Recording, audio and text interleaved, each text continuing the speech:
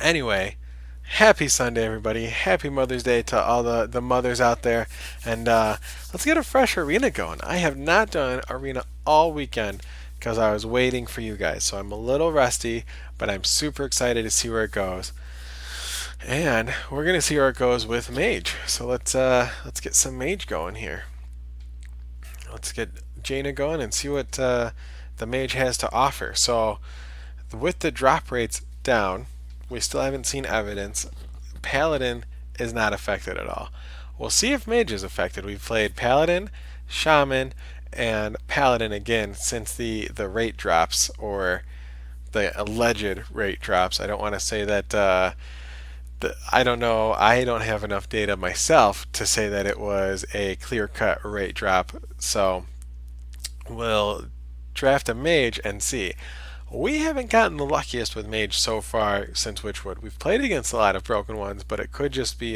We've also played against some bad ones, so I'm not going to say every other Mage is good. I'm not salty. I'm just saying there are some Mage decks we've seen in Arena that have gone above and beyond what even some Paladins can do, right? So we saw one Mage where it had two Meteors and two flame strikes and a primordial glyph into another flame strike. So, needless to say, we lost that one. Since which one we also tried to make a Dragon's Fury mage deck work. It did not work. I don't know why I put so much focus on Dragon's Fury. It was my first pick, so I thought maybe we should make a Dragon's Fury deck, kind of like a Spiteful Summoner deck, but obviously that was not a good idea because it did not go very far. I think we still got 4 wins. 4 wins seems to be our minimum. Okay, if we're doing a crummy job, if we're having a crummy deck, we can at least usually get to 4 wins. Oh, happy Mother's Day also with my mug. Look at that, best mom ever. Yeah, shout out to my wife, best mom ever according to my second grader. I don't want to fight anybody out there. I think she's the best wife ever, so I'll go with that. I'll fight you on that one. Not actually, I better not say that. I will also fight you on best mom ever. Never mind. I'll fight you on both. I think it's probably a better idea not to go down that path. Let's go down the path of drafting a mage. So secrets have been actually really powerful in the arena lately. I don't know if it's better than getting Witchwood Piper. I also want to talk about Night Prowler just real quick because I have been misreading this card the whole time. I did not play this card ever because I think it needs to have an added bonus like maybe to be stealth. I think that rush would be too powerful. Maybe divine shield. In addition to the +3/+3 if it's your only minion that you're playing, because I'm comparing it to lone champion, which gets taunt and divine shield, so it really puts it above a normal 3 drop if you get that condition. Without that condition, it's a below par 3 drop, so you're really looking for that condition on the lone champion. It's playable as a 3 drop. This guy's not even playable as a 4 drop. 4 mana for a 3/3 is really low down there. I mean, here's another one from the set that's 4 mana for a 3/3, but it draws you a card, and not just a random card, but you pretty much know exactly what you're drawing when you play this guy. It is random amongst that mana pool. So if it's you've got 3 1 drops in your deck, it is random which one it gives you. It's not just alphabetical or anything like that. It is completely random. We've tested that before, so I guarantee you it's random which one it pulls out. But back to the Night Prowler. I thought if this was the only minion on your battlefield, it got +3/+3. It's actually if it's the only minion in the entire board when it comes out. So it's got nothing to do with you being behind and able to catch up like lone champion. It's got to do with like you're supposed to drop this guy after, I don't know, a twisted nether or an extremely bloody attack phase. I don't know. It's supposed to be maybe they're trying to make help even control decks work out. Maybe it's supposed to be equal after a equality trade for even Paladin. I don't know. So I haven't seen this guy played anywhere. I personally was misreading him, so when I've recommended in the past to maybe take him over something else, which I don't remember any specifics, but I do have to say that I would way more often pass up on this guy still. So, Night Prowler, it's not worth it. Now, this guy's an interesting first pick. Normally, because that's just how it works, you see him later, or her later in the draft. So, taking her first can maybe, in a very positive way, influence some of our picks, right? So, like, sometimes you end up with some 1 or 2 drops that aren't the best, but you take them just to fill out the curve a little bit. But thinking you could go for a little bit more mid-range and some value out of something like the Piper might change those picks. I don't think it's enough to change the picks over like the elemental that freezes, right? Is too good of a 1-drop. So if you're trying to go for a control mage deck because you picked this guy first and you're avoiding 1 and 2 drops to get super value out of this guy, going for a 3 or maybe a 4-drop, I would recommend against that. It seems dangerous. I'm actually going to take the secret first. This is, in my experience, the most commonly taken secret in Arena because of the value of using it to clear one of their drops. It doesn't always, but especially early on, it clears their drops, and the mind game of them playing around maybe a counter spell is worth the benefit. Also, because of its value, you see it most often. So, while taking it, also expect that your experienced arena opponents will expect that this is the secret that you've got. Is why I say it's the most common one that I see.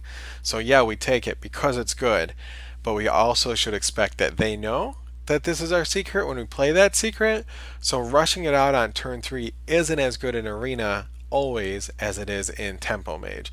Now if we get it out for free, then we will. Or if it's on curve, yeah, but like him on this on turn 3 over even a 2-drop probably isn't normally worth it because they will probably have another low drop minion in their hand and can easily absorb the damage because we don't necessarily have, we'll see, but we don't necessarily have 2 fireballs, a pyroblast, and 2 glyphs to kind of follow it up like we would in standard. So we're going to take it, but I'm not super excited about it. I am really excited about these 2 cards, especially since some of the keywords on this haven't been that hugely represented in the new set, Witchwood, and we lost 3 sets. A lot of these keywords don't come up as often in the arena since they came up with Adapt. A lot of these aren't actually printed on the cards, right? So like Volcanosaur could have been a 7-drop, I don't know, Divine Shield Taunt, right? Or a Wind Fury Taunt, or any combination of these, but instead you get to pick the 2. So there's not as many minions being played with these printed on them. And then we got Rush, which isn't one of the keywords on the Corpse Taker.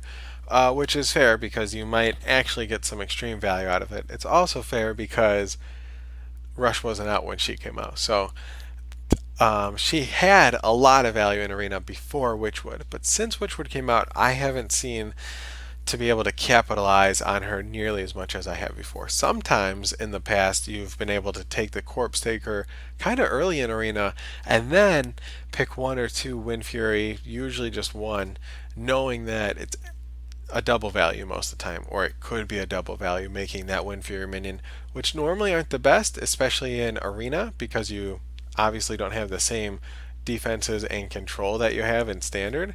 So a lot of the time in Wind Fury, it's in Arena, Wind Fury is a higher risk, lower reward than it is in standard.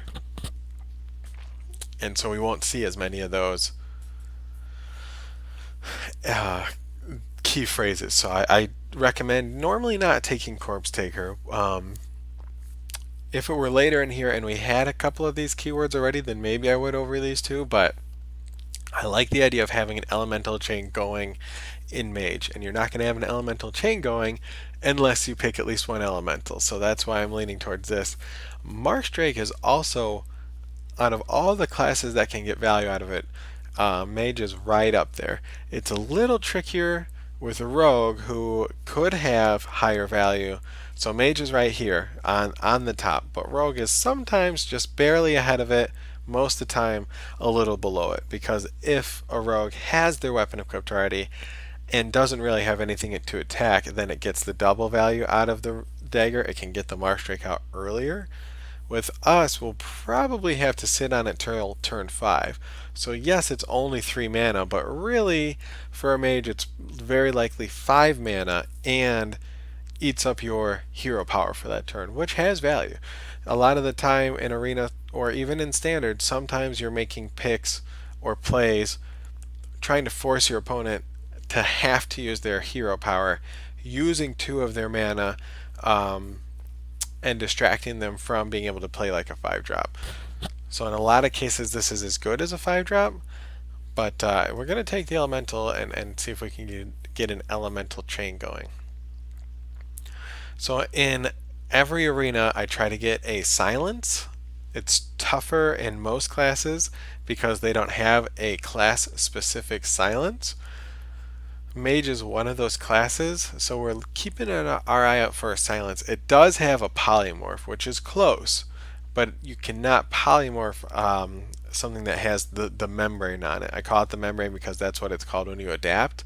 It's obviously been around before adaptation, but that actually gives a word for it other than it just can't be targeted by spells and ability.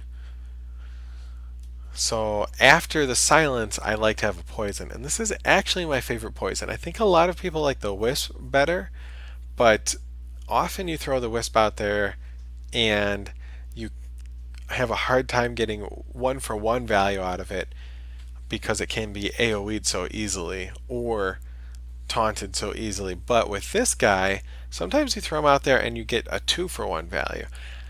It takes a dip against classes, the same classes that the Marshdrake takes from, right? Because a rogue could already have a dagger equipped and go for it. But at least then it's on your side of the board. You can decide not to play it. But I think we're going to take the high upside of the Glyph here. I do want both of these cards, though, which is why they put them together. That's how they make their choices for the draft, is instead of going on rarity, which is what I would like to see at some point and have them balance the game out by rarity, they go on power of card alone, which sometimes seems to be based in some arbitrary conditions. But in this one, I got to agree with you, Blizzard. I think these 3 picks are very close, but I think the Glyph takes the advantage because of the possibility, the high possibility of it. These ones are a lot easier to choose from. We're just going to go with the Mana Wyrm. The 3/4 is not bad, but I think we'll get some better value later on for 3 drops, so we're going to go ahead and pass up on him. Sorcerer's Apprentice sees a lot of play in Standard. In Arena, it's just pretty much a standard 2-drop for a 3/2, which means you can't really take into account it lowering your cost by 1. We do have a Glyph though, so that helps. And unless our deck gets insane, like a tempo deck, and we're sitting on 2 fireballs or something like that, we're very, very likely only going to hope to combo with maybe one of these 2 here, or an AoE late in the game. Obviously, being able to play the Sorcerer's Apprentice on turn 5, so you can Flame Strike turn 6, can help you get out of a lot of sticky situations. The Royal Guard was very, very good in Arena the first 2 weeks after Witchwood, when the meta was a little bit slower, before everybody caught on to the fact that DKs weren't around, before everybody caught on to the fact that, hey, we got to get aggro here because the picks are, in a lot of the classes, very aggressive. So this has taken a big dip in Arena, unfortunately. And the Phantom Militia is actually my favorite taunt from the new set for Arena because of the value you can get out of it at different stages of the game. Late in the game, you're looking at, for 9 mana, a 6/12, which is better than Sleeping Dragon. It's better than the Mammoth. Sure, it's possible that it could be AoE'd, but late in the game, it's actually more reliable than one of the big guys, because often late in the game, they've already used an AoE and they're sitting on their last hex or their last polymorph, that kind of stuff. So often Phantom Militia is better than those other guys. It's a toss up, obviously, but I think it's more like a 55-45 of whether he's more valuable late game at 9 mana than the single drops. In addition, you can use him as a 3 or a 6 drop if you absolutely need to. It feels kind of bad using him as a 3 drop, but sometimes you need it for the tempo. All of that said, I'm actually going to take the Apprentice and see if we can get an aggressive tempo-y deck going here. The Sneaky Devil fits right into that. Okay, so we took the Artificer hoping that we would get an elemental chain going, and the Servant is right up there with elementals we want to have for our chain. That said, the meta is right now completely set by Paladins. We're looking to counter Steeds, that's why we want some silences, and we're looking to get rid of their Silver Sword. It's possible they have two.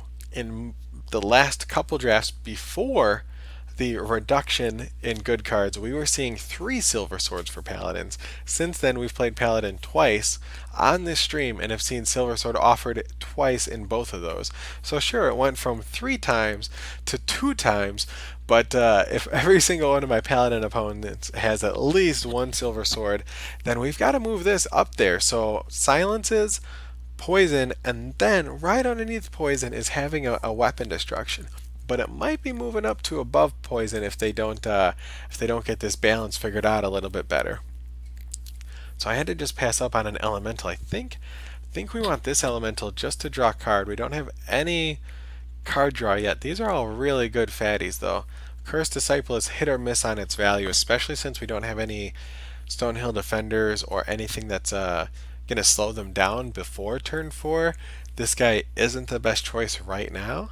It's always good to have a Violet Wyrm in your deck, especially since we've lost a couple sets and we're down to 4. They did add some juicy guys in here. There's the 8-drop Doctor that heals you for 8, and he's actually an 8/8, but the Wyrm gets you more value on the board unless you're behind and need that 8 value. Especially since the meta is so fast, having a wide board can help you catch up way better than getting 8 life when you're behind does. But we're going to take the elemental, hope we can get an elemental chain going here. Card draw is always valuable since there's not that much in each class anymore, since we've lost some of the sets here. Deck of Wonders is normally not good enough. It's something that if you're behind, you can discover with Primordial Glyph and just see what happens. We're going to take the Arcane Intellect and try to draw here, get some value out of that. Okay, so these are another set of tough choices. The Manipulator very rarely now gets us the value that we want, especially since the tome has rotated out. You used to want to combo it with that. 3 random mage spells almost always gets you at least 5 value out of this guy, right? Or at least makes up his 4. He could get you obviously up to 6. You very rarely ended up with 3 cards that were less than 2 mana. So this with the tome was where he was a huge money maker. And then the AoE. So we got to take the Blizzard. We do want the Kirin Tor to make our Explosive Runes free and to hit that curve we're talking about trying to make. But it looks like we're gonna have to get away from that.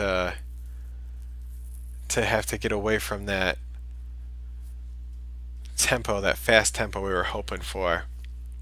And it looks like we're going to have to go for mid-range here. Yeah, 4445 is solid, but it doesn't have taunt. And it is an elemental tag, which helps. But a lot of the time in Arena, you'll find yourself getting quickly behind by turn 4 or 5, and having a solid 4-drop that's only there for trading, doesn't get in the way of anything, doesn't force them to take them out. It doesn't always deliver. I'm thinking about going for the big game hunter because we're a third of the way through the picks and we don't have a meteor, and we don't have a fireball, and we don't have a polymorph, which means if we run into something like the Lich King, this guy gets us some insane value. We already had to pass a servant though, which makes me a little anxious that we won't get another servant since we're a little bit working on an elemental chain. We did pass up a couple of them. I think we'd take the big game hunter here. I think the value, if it hits something, is just too strong, especially since we don't actually have any other answers. Right now, if we saw the Lich King in a game, we would hope our Glyph could deal with it, or hope that we just had like 3 guys on the board for our sneaky devil. So we're gonna take the big game hunter and see if we can get something going here. We've already got an intellect. Counterspell is my second favorite second favorite secret, especially in arena. But there's so many random spells out there that you really have to be careful when you play it. So it's got extreme value, but it's not worth playing just on curve. You've got to drop it on turn 5 against a Paladin to try to get rid of one of their steeds.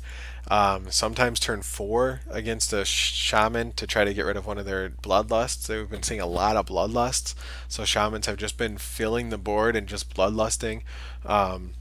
Obviously, Ultimate Infestation or AoE against Mage or Druids and the Mage matchup here, the mirror matchup. But Necrotic Geist, if you get Necrotic Geist to trigger like 3 times, it's pretty much game over. If they have an AoE to deal with it, then you're in trouble. We don't have any taunts yet. He obviously works better with taunts. But I think we take the Geist and just try to get value out of it rather than try to get value out of the counterspell, because we're gonna need some board pressure here, which also means we need a 3-drop minion. We don't have any yet. I'm a little bummed to see that taunt go, but we have to. So silence is still the #1 most important thing. If we had a polymorph, I might take the Steam Surger over the Spellbreaker, but since we don't have any reliable way of dealing with something huge yet, we have to go with the silence. So Prince, that would have actually been really nice to have you early on. I don't think it's worth it now. It's tough to say.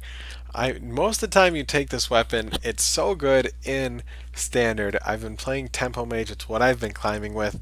Got up to rank 4 today, back down to rank 5, so it's what I've been kind of climbing with. The ladder isn't necessarily a ladder for me, it's more of like a pendulum that goes between 4 and 5 a lot. So I've been using Tempo Mage, and when you have this card and it draws you at least 6 cards, you almost always win the game.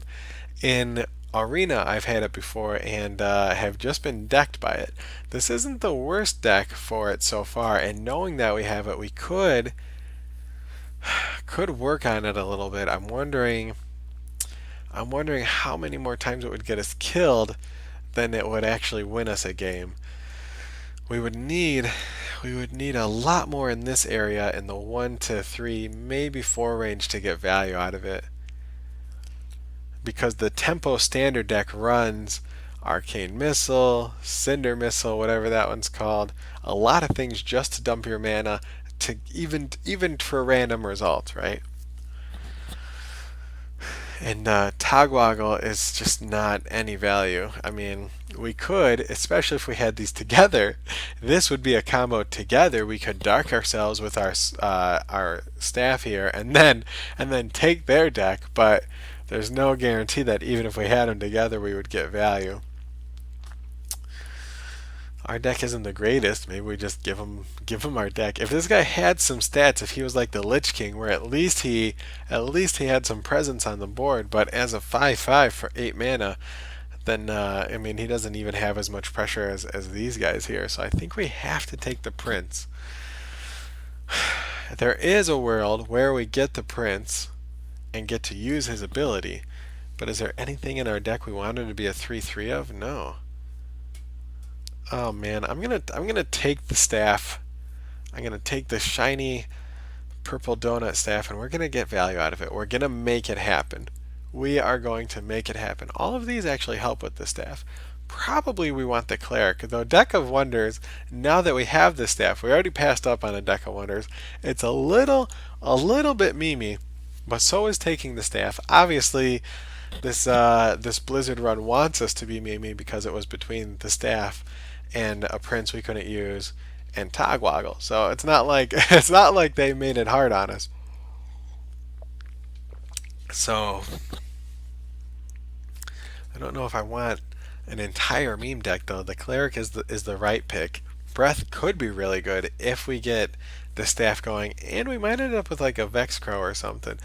But all right, you guys want to see the deck? Here it is, the deck of wonders. I wonder what'll happen. Not the best of things. I actually really like the Pumpkin Peasant a lot. Initially, it wasn't my top choice for werewolves, but in Arena, it has moved up to my top, my number one. Other than the 2/6 of Rush, that one's actually number one. The Messenger, I'm sorry, Pumpkin Peasant. I had you there. I was pretending. I was pretending for a moment you were number one, but I had to knock you back down to number two. But the Egg Napper is pretty consistent with 3 drops, but I think we're going to go with the Pumpkin Peasant and make it work. We might need that lifesteal. We don't need card draw anymore. There's if we stack a bunch of card draw, we are going to be in trouble. We're going to definitely hit all of the card draw the same game and make a fool out of ourselves. We've got to take things that are less than 5. Mirror Entity is okay, but we're going to take the Grim Necromancer, a nice solid play. The Fire Plume is the best choice here. Frostbolt has a place, especially in Standard. Sometimes in Arena, but normally the most value you get out of Arena is just getting rid of a 4/3 or a Fire Plume Phoenix. It has a really strong place in Arena if you've got the staff. Now I'm going to take the Fire Plume Phoenix. We got to make it work. Ooh, this is really good. I think because we're going to try to go early game tempo, super aggressive, that makes me think we have to take the Mage. But a second Primordial Glyph I think has the most value, so we're just going to go with another Glyph, make it happen. So we don't need another Blizzard because we're trying to go all face here. I said I'd take the next Frostbolt. Let's do it. Let's do another Frostbolt. Ooh, the Pyroblast. There we go. That's the icing on the cake. 3 Primordial Glyphs. Okay, this is getting insane. This is actually not. I don't think it's going to be the best deck, but if we can hit it going here, it could be at least very exciting. So let's try for making tempo happen in Arena. I don't think we need a second Blizzard. I don't think we need a 7-drop. I guess there is a world where we go second, have both Mana Worms with our coin and a Primordial Glyph. So that's that's what we're hoping for. Here's a solid 2-drop. Let's make this happen. Oh no. Oh no, these are all terrible. This one's extra terrible, but maybe if we're going for extreme aggression, maybe this guy at least is just the definition of giant silly wall, huh? I mean, maybe we can hide behind it and then drop our wand, our staff. I don't know. Seems bad. It seems bad. Oh man, how did we get here? What happened? Half hour ago I was so bright-eyed and excited that it was the first night of streaming of the week, and now I'm thinking about taking an unpowered steamboat. Has there been a faster turn of events? Oh man, I knew I shouldn't have played Mage. I'm telling you, I was cursed today. It was the 666 wins that did me in. I'm almost considering Vaporize. It can get us a lot of value. But then there's the Primalist, and the Primalist helps us catch up if we don't get the card draw. Let's do the Primalist. I don't even know anymore, chat, but we are excited to try this deck. That's the most we can say for it. What do our 3-drop minions look like? They look like nothing. Let's get a Frost Rider going. Do we have any 1-drops? Oh yeah, we have a lot of 1-drops. Makes it kind of hard to pass up on the Shard. Ooh, the Collector. I've never played the Collector before, but is there any better combo in Hearthstone than this guy and Aluneth? I dare you to tell me. I dare you to tell me of a better combo. So Dragon's Fury is really bad here. We didn't plan on having it. We actually were trying to take low cost card, so this is most likely 2. So that's not worth it, especially since we're going to have a lot of minions down there. Explosive runes it is, yeah. We are going for mid-range, super aggro mage. I don't think it's going to be that good, but we will see. I don't know if floating fish is around. We normally like to gamble on wins. I'm thinking 5.